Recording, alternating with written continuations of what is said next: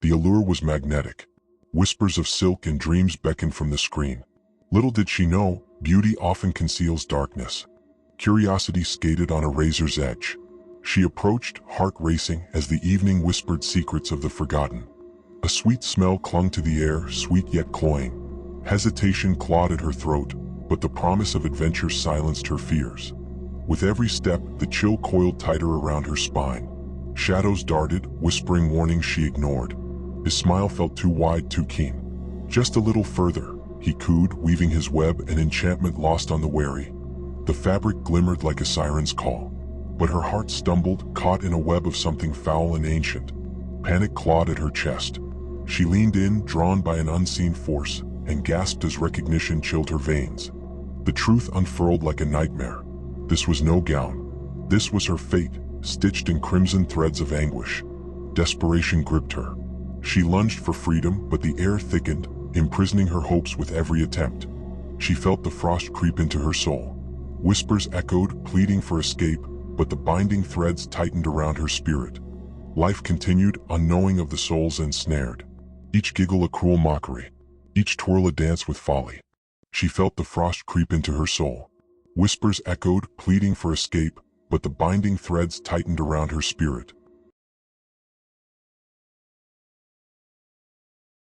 It happened 3 years ago, October 17th. I still remember the date because, well, you don't forget something like this. Not ever. I was driving through the northern stretch of Route 17, a back road that cuts through miles of nothing but pine forests and abandoned farmhouses. You know the kind. The sort of road where your headlights feel small, where the shadows between the trees start to move. I'd taken the route to save time. Big mistake. My GPS had glitched out an hour earlier, and the only company I had was a talk radio host droning about missing persons cases.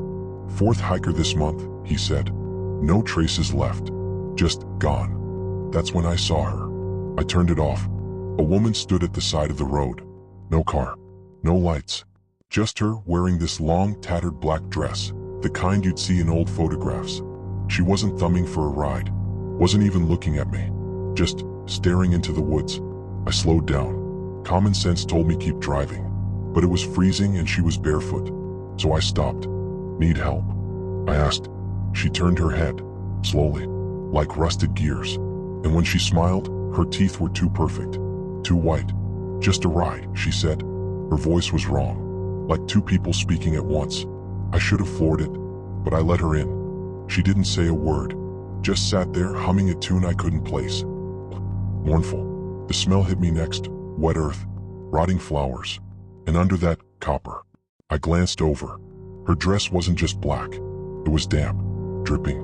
But when I looked down, no puddle. Just shadows pooling around her feet. I asked her name.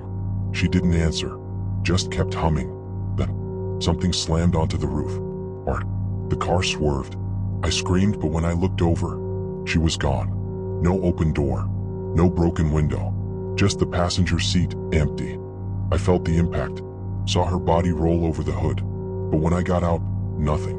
No blood. No scratches. Just my cracked bumper and a scrap of black fabric caught in the grill. I pocketed it, like proof. The rest of the drive? A blur. But when I finally got home, I found it. The fabric was gone. And my jacket, it reeked of rot. That's when the knocking started. 3 taps. Every night. 3:33 a.m. On my bedroom window. I'd jerk awake, heart pounding, but there'd be nothing there. Just my reflection. And behind it, a shadow wearing a dress. Then last Halloween, I woke up to humming that same mournful tune. My room was ice cold, and at the foot of my bed, she was leaning over me, not smiling anymore. Her eyes were just hollow, black holes. And her dress, it wasn't fabric. It was alive, writhing, like 1,000 veins. I couldn't move, couldn't scream. She pressed a finger to my lips. It felt gelatinous. You shouldn't have looked back, she said. Then, nothing. I woke up at dawn, drenched in sweat. My front door was wide open, and on my porch, a trail of black sludge, leading into the woods. I moved, changed my name. But sometimes, when I'm driving alone, I see her, in the rear view, always farther away, but closer than before. And I know she's waiting. Don't stop for strangers. If you're enjoying these spine-tingling tales and want more chilling adventures, hit that subscribe button and bell, turn on notifications. Your support keeps the stories coming.